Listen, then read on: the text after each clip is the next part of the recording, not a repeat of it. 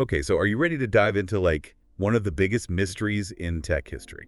Always up for a challenge, especially one this intriguing. Today, it's all about Satoshi Nakamoto, the elusive creator of Bitcoin. Ah, Satoshi. A name whispered in reverence and shrouded in mystery. We've got a ton of articles, analyses, the whole shebang, and we're going on a mission to uncover what we can about the enigma that is Satoshi. It's going to be like separating fact from fiction, tracing the impact of Nakamoto's anonymity on, well, everything. Right. Like, think about it. Bitcoin, this revolutionary technology, has basically upended traditional finance. It's a whole new financial ecosystem, and at its core is this, well, this ghost. It's crazy. This person, whoever they are, they didn't just create a currency, they sparked a movement. Absolutely. To really grasp the weight of it all, we kind of have to go back to the very beginning. Back to 2008, when the world first heard the name Satoshi Nakamoto. Well, not heard, not really, more like read. It all started with a white paper.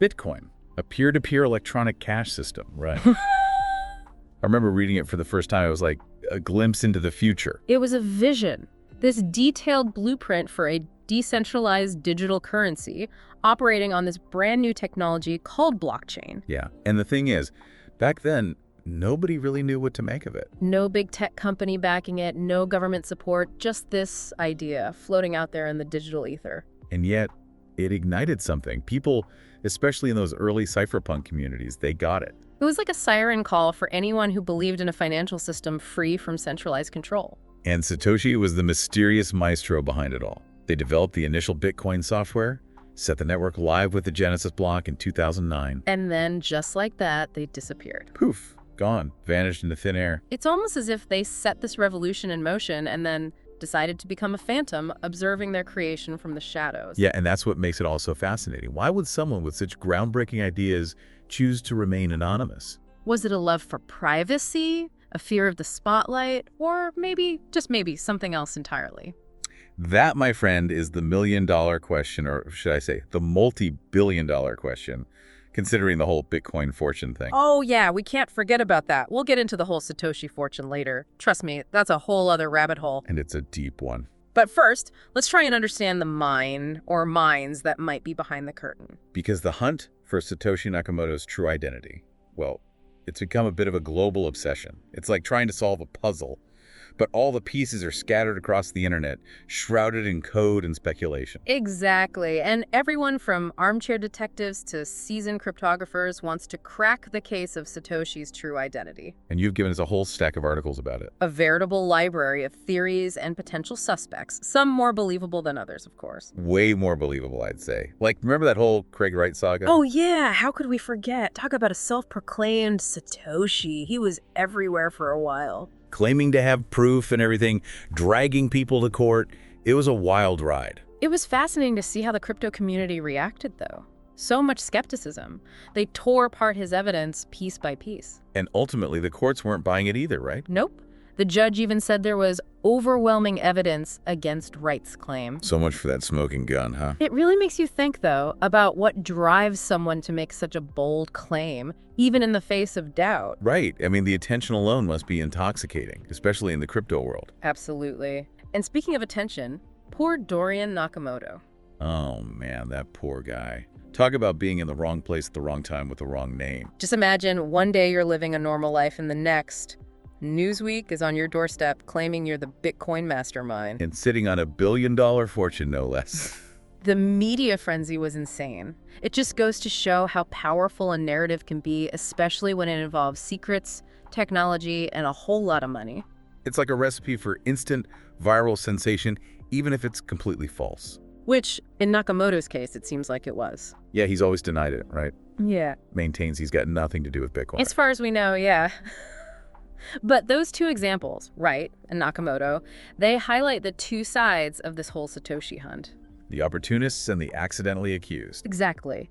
But then there are the candidates who, on paper at least, actually have the skills to have created Bitcoin. The real contenders, the ones who make you go, maybe. Like Nick Szabo, for instance. Oh yeah, Szabo.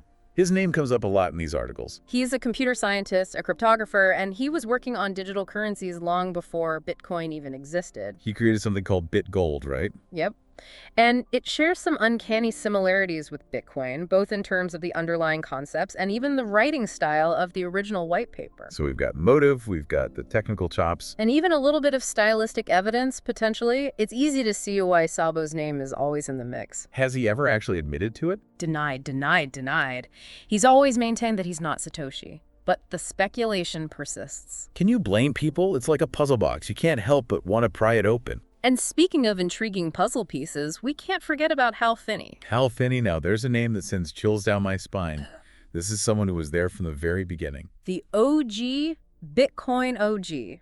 He was a respected cryptographer, a cypherpunk, a true believer in the power of decentralized technology. But get this, he was the recipient of the very first Bitcoin transaction ever made. The first person other than Satoshi to have Bitcoin in their digital wallet. Think about that, a direct link to the birth of cryptocurrency. It almost feels like destiny, like he was meant to be a part of this story. Right, and he was clearly brilliant enough to have created it, but like the others, Finney always denied being Satoshi. A true man of mystery. Sadly, he passed away in 2014, so if he had any secrets, he took them to the grave. Leaving us with even more unanswered questions. So many potential Satoshis, and yet here we are, no closer to uncovering the true identity of Bitcoin's creator.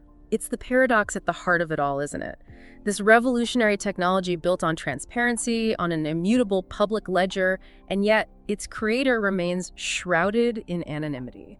Makes you wonder, does Satoshi's absence actually, strengthen Bitcoin in the long run? It's a question that's been debated since the very beginning. I mean, think about it. No single leader, no central authority, in a way that makes Bitcoin almost invincible. Right, who do you go after if you want to shut it down? Exactly. It's resistant to censorship, to government control, to any one entity trying to take over. It's the ultimate embodiment of decentralization. But isn't there a flip side to that? What happens when big decisions need to be made? That's the double-edged sword of decentralization. Decision-making can become, messy. Because there's no one person calling the shots. Right. Reaching consensus, agreeing on upgrades, or how to tackle emerging challenges, it requires a whole different level of community involvement. So it's like the freedom of decentralization, but with a potential for, chaos. It's a trade-off, and whether Satoshi foresaw this level of complexity, that's just another layer to the enigma. It's like they created this puzzle box, threw away the instructions,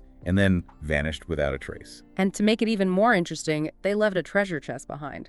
Oh yeah, we can't forget about the whole Satoshi fortune. Talk about adding fuel to the fire. It's estimated they mined somewhere between 750,000 and 1,100,000 Bitcoins back in the day. Back when it was practically worthless. I mean, can you imagine having that much Bitcoin just sitting there? At today's rates, we're talking billions, potentially tens of billions of dollars. And as far as anyone can tell, those Bitcoins haven't moved an inch. It's like a ghost ship full of digital gold just drifting through the blockchain. It's the ultimate cliffhanger.